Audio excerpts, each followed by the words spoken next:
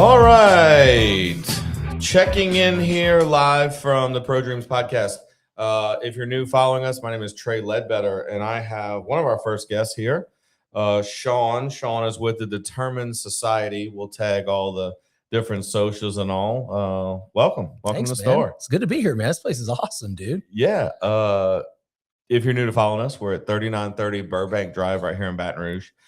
We are right next to Tiger Stadium, right here in the shadows of Tiger Stadium. That's I right. like to say. That's right. You could throw a rock and hit the stadium. You can. You gotta have a little bit of an arm to hit it, but Yeah. I think it could be I could done. throw the ball over the mountains over there. Uncle Rico. Uncle Rico.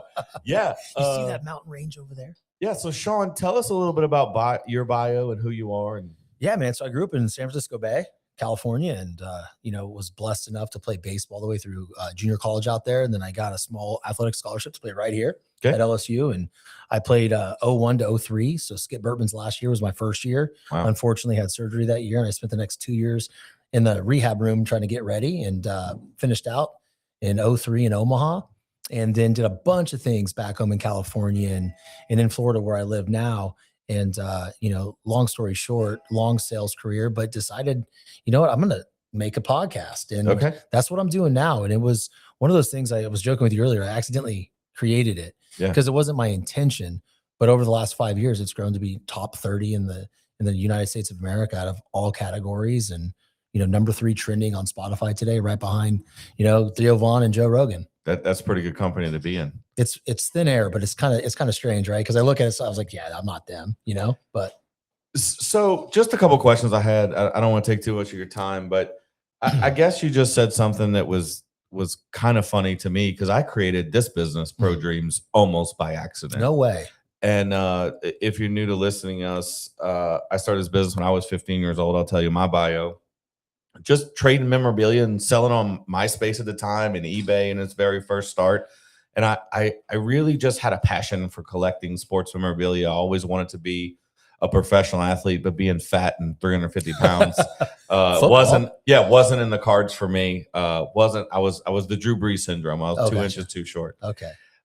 So I just always wanted to be around the game, and my dad retired from American, so we used to fly a lot as a kid, and we'd go chase autographs. And I was the little kid, about your son's age, chasing autographs in hotels and running around, standing outside of stadiums and just, hustling. Yeah. And then later on in life, it just kind of became a passion again when I had a couple dollars in my pocket and wanted to, the Babe Ruth ball was really my goal. So I had all this stuff that I'd collected over the years that I didn't know what to do with. So I just started turning it and putting it out on social media that I had memorabilia for sale. And then the auction side of what we do kind of took off. People are asking for donations, and then that turned into people asking us to do the auction for them. I didn't even know what an auction was. Started going to auctions and realizing that there was a real need for people trying to raise money. So that's kind of where the niche of what we do combined a passion into a purpose with the sports memorabilia side. So that's kind of where we landed here today. And we built this 3,600 square foot facility right here in the shadows of Tiger Stadium. But dude, I walked in and I was like, this is the most amazing place. Yeah. Right when I walked in, I saw the Lacey jersey, saw all the things LSU mixed in with some other things, some pro guys at the Jordan high school jersey and all that kind of good stuff. And it's funny you mentioned my son's age because he's starting to really go, what if I get one of these cards? Like, I'm just going to hold it until this time. And, we purchased the draft class of 23 out there. So it's got 8 autographs. Yeah. Right. And it has, I think 2 memorabilia. Yeah, so we want to pull it here, right? And we want, if we get something nice, or if he gets something nice, throw it in something protective, and that way it's going to stay nice for the rest of his life. And I tell people all the time, I don't sell memorabilia; I sell memories. That's it. Everybody remembers that one moment or that one game that they went to that really sets whatever else is going on in your life kind of off to the side for that one moment of, I was there when Warren hit the walk-off. I was there when Skeens threw out the last pitch. Like, it was just that moment in time where nothing else matters. You know what? It's so funny because, LSU people like us know exactly where they were when Warren Morris hit that home run. Where were you sitting? So I was probably his age. So that was 97. Yep. That was 97. So I was 12. I was at my grandpa's house, and I was in the travel ball era. Okay. So we were playing every weekend, and that was like the weekend we had off. And I guess we knew what LSU was, but we didn't know. Yeah. Right. Yeah. And so we were at that age where it was like, oh, this is a moment. Like, you knew then at 12 years old, like, that guy hit a walk-off. Yeah, like, that's nuts. But now to know, like, Skip personally, like, to know Warren personally, where it was like, those were our idols growing up, and watching those guys play. And I've just had such a blessed career to be able to really sit in front of Skip and listen to him tell his side of that story. He still knows the count. He still knows why Warren was playing and how he, that whole year. I could go on and on about Skip's memory. It's crazy because I was sitting at my childhood friend's house, and he was a Miami fan. Oh, and we were, I think, well, it was 97. So I was a senior. Yeah. Or going into my senior year. Right. And he was ragging on me, man. Done. This game's over. It was 0-2, 2 outs. Yeah. Bottom of 9. Whapa. That's it. And I have goosebumps just now because I remember it. Yeah. I'm jumping around. He's laying on his carpet like Joey Cora was laying at that shortstop. Yeah. Oh, sorry, Alex. Yeah, it was Alex. My bad. Yeah. It was, but either way, it was just like, dude. Unbelievable. And that was the moment that you did realize what LSU was. Yeah. It's called magic. Right. So yeah, man. The entrepreneurial journey to talk about and just continue down that path, kind of the things that you've talked about. But I was watching some of your content and stuff, and about how successful people think. That's always been interesting to me because you've been around professional athletes your entire life, and so have I. And it's not so much the memorabilia that excites me anymore. It's their story, or what makes them click, or what makes them successful. Like, what's the difference between the athlete that I saw in high school that I thought was the greatest athlete I ever played, that never even got a shot, that never even took the field professionally or Division I, compared to another guy that probably the same talent maybe, but what makes him different, or what makes him, is it just a break? Is it just being in the right room, or is there something different that makes them click? That can be the case in some cases, right? I mean, a break, right place, right time, but most of it is understanding the process. Right. In a standard. So a successful athlete, a successful entrepreneur, it doesn't matter what you're successful at. You understand that the biggest gift in the whole journey is the moment that you're in right now, because that is what's going to make you, right? Whether it's adversity, the failures, the small wins, that little thing from day to day, what you need to do in order to get there, no matter how you feel emotionally about it at that time. Right. Because people a lot of times like to retreat when they're feeling sad about something. You don't have to be all in that day, but you still got to do something towards that. Most people look at the top of the mountain all the time, and it paralyzes the hell out of them. They can't move. Yeah. But if you focus on this, one day you find yourself at the top of the mountain. Those are the athletes. Those are the entrepreneurs. Those are the people that are so successful that just outperform everybody because they're so focused on everything here. Just keep showing up. That's the gift. Yeah. That's a byproduct, but this is the work. This is the gift. This is the journey. Just keep showing up. Just love it. Yeah. Every minute of it. Love the process. Put your face in it, man. Yeah. Mike Tyson had a famous quote that everybody wants to be a fighter, or everybody wants to be a boxer until you get punched in the face. Everybody has a plan until you get punched in the face. Yep. And I think that's so crucial to be an entrepreneur or an athlete, that just keep showing up, stick your nose down and grind, and just good things will happen. You got to understand that when you get knocked down or knocked out, that's telling you something. It should be a checkpoint. What can I learn from this? Right. And that's called adversity. It's a metaphor, right? Adversity is the classroom. So if you're feeling these moments where I just can't get up anymore, I'm hurting too much, this is too hard, what is this doing for me? But most people like to say, why is this happening to me? And they're not looking at it as the opportunity to grow and to become something special and unbreakable. That's powerful. Yeah. Looking back at your lowest point, so switching gears a little bit, looking back at your lowest point, was there like a specific thing that you maybe did professionally, or something that like really was the turning point from defeat to back on top of the mountain, like you said? That's a tough one, but I think really all I can say is at my lowest points, I always look at, how did I get here? I wasn't successful like I thought I was going to be at LSU. Injuries, all that stuff. But what else did I contribute to make it not as a successful run as I thought it would be? It could be that way in business. It could be that way with anything. And what I realized is a lot of times when I was younger or when I had moments where I wasn't very successful, where I didn't perform, it's because I was too worried about what if I didn't instead of what if I did? So I always look at things of like, okay, I can't look at everything as a performative. I have to look at it as this is what it's going to take. This is what I'm going to do. And I'll see where I end up, because if I can do that over and over and over again, I'm going to have more high moments than low moments. So, I mean, I don't know if that really answers your question, but I just focus on what I can control. Coach Jay, who is over the gymnastics girls. I don't know if you follow gymnastics at all. Of course. But did you see his after the national championship? No. He had the most incredible speech I've heard in a long time in the right moment. And one of the things I took from that speech was he said, it's okay to be disappointed. Mm-hmm. He said, you scored 198 on championship day. You can be disappointed, but don't be defeated. And that puts chills on me when you talk about being in life and being a better human later on, that sports teaches us, and sports is romantic, but it teaches us how to be a better person in life. Yeah. Baseball's romantic. Baseball's Bull Durham. So romantic. Bull Durham, dude. Yeah. He said that. He said sports is romantic. I'm just looking. I'm like, that's a great movie. Yeah. It took me back to that. But yeah, man, you can be disappointed, but don't be defeated. Because there's time. As long as you have breath in your lungs and a beating heart, there's time. Right. I mean, some of the richest, most successful people today weren't rich and successful at 30 or 40. It's a fact. Yeah.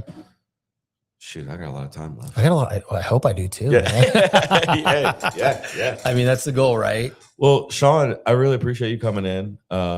For you new listeners out there, 3930 Burbank Drive, we're Pro Dreams. You can find us at pro-dreams.com. We're the official auction company for LSU. We handle all the sports memorabilia on campus on game day, football, baseball, basketball. And we have a brand new retail store right here in Baton Rouge. And y'all need to come check it out. If you're local and you haven't been here, or if you fly into Baton Rouge, you better come here because this place is awesome. Yeah, I appreciate you saying that. And I'm sure we'll see you again during the season. And we're gonna do some stuff, man. Yeah. I think we're gonna do some stuff. What are you doing in town?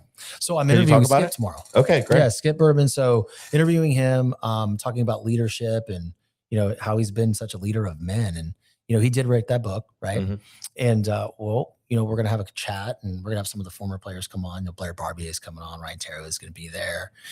And I'm really just going to dive in with Skip and, have him talk about what made him so special to this community. Yeah. And for him, he's probably going to be like, ooh, it wasn't me, it was the boys, but really, I mean, without Skip Bertman and him teaching me what he's taught me, I'm not anywhere close to where I am right now in this show that I've created. Yeah. Because I understand that if I can see something and I can believe it, right, and I can act upon it, it's going to happen. Right. That came from him. And that's not the exact quote, but you know what quote I'm talking about. Yeah. And that's special to me. So I've always wanted to come back to Baton Rouge and do my thing here, and to interview people here. Right. And when Doug Thompson called me, said, you got to get out here and interview Skip. I'm like, done deal. Say less. When do you want me to come? Yeah. So that's what I'm going to do. And then, but the thing that has meant so much to me, and apologize to you and the viewers if I get choked up, I got to show my son what this place means to me and how much it's done for me. And so this is where he wants to come and play baseball. Wow. He's in love with LSU. Yeah. And this is his first time in Baton Rouge. So I've gotten to take him on a tour. He got to meet first class. Yeah, man. I got to take him to see Sean Eddy, which was my trainer when I was here. We saw Mike the Tiger because that's pretty cool, Took him to the old Alex box and walked around where it was and all that stuff. And he gets to meet Skip. So that to me means so much because my son gets to meet my friends, a mentor that has meant so much to me, meet new people like you. Yeah. And for him to really look around and be like, oh my gosh, I can have this. NIL right now at LSU, their slogan is it's just different. It's just different, man. It's just different here. Yeah, it is different. I don't think you can compare it to anywhere. Yeah.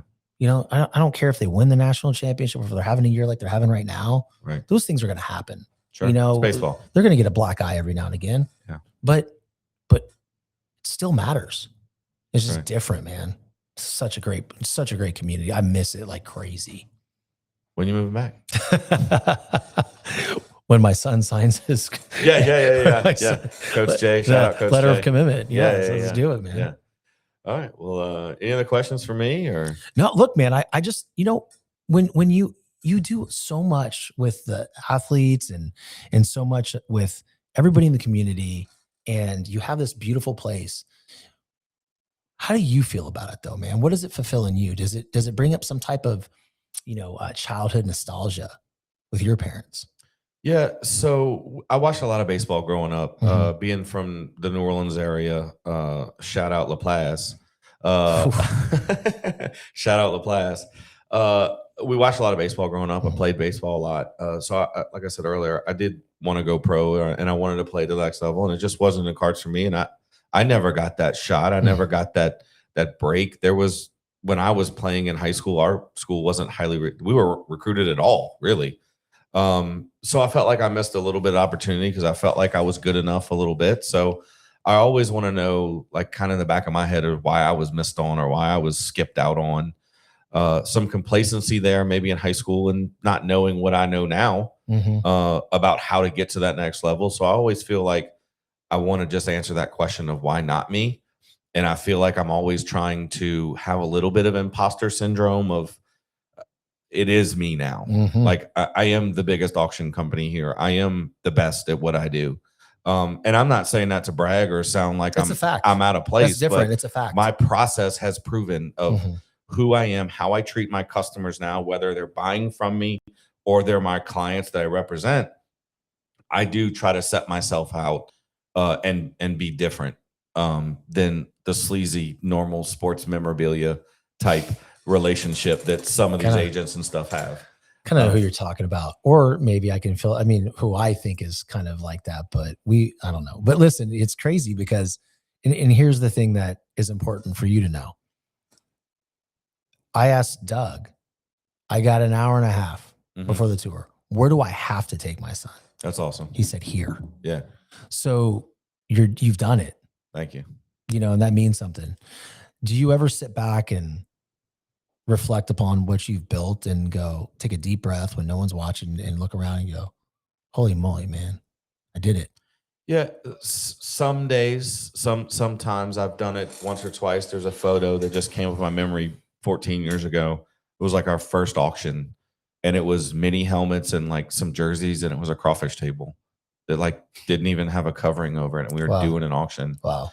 And now we set up auctions and raise $100,000 in one night. Like, and that is, it mind boggles that I started selling sports memorabilia in my closet, like literally, or in the garage. It was stacked up to the ceiling. Like, but we started off with 4 or 5 items that I bought on eBay, and people would hey, do you have this? And I would always, yeah, I got it in stock.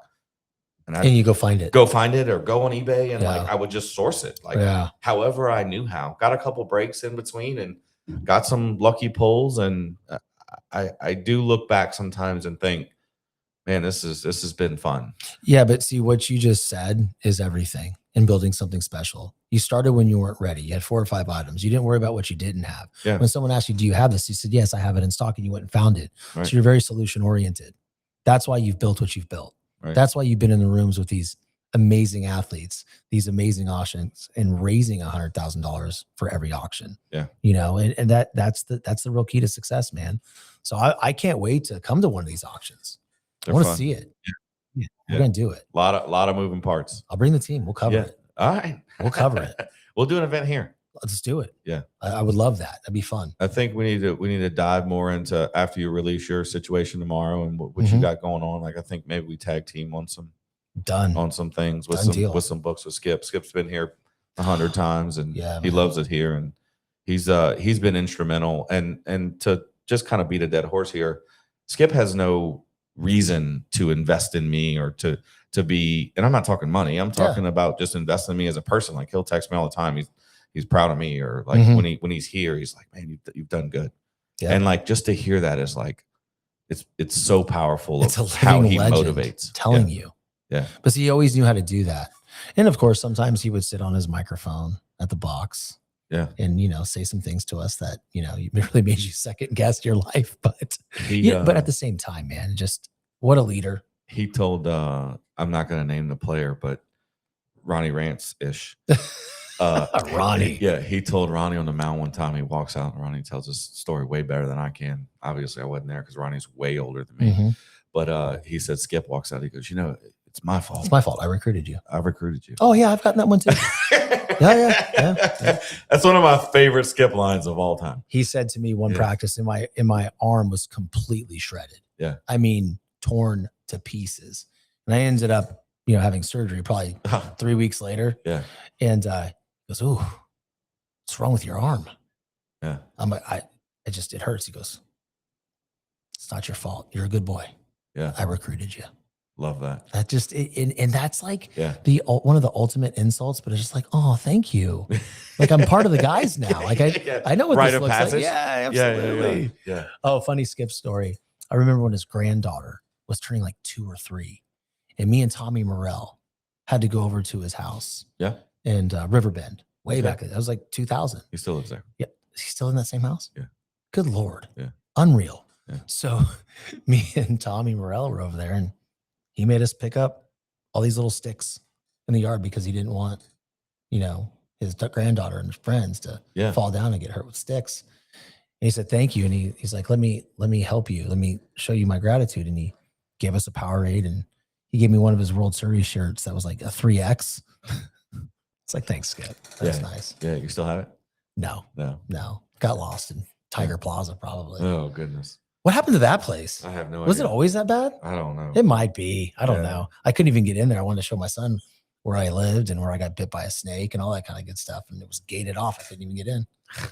I know. Good stories. I know.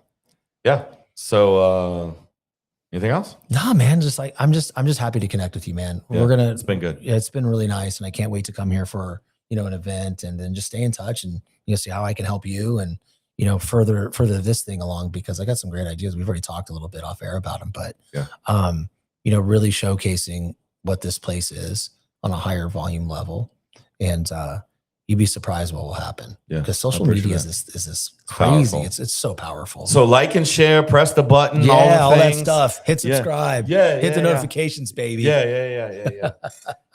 All right, guys. If you're new to follow us at pro-dreams.com. That's our website. You can find us here at 3930 Burbank Drive in the shadows of Tiger Stadium. Yes, sir. Thanks, Shawn. All right, thank you.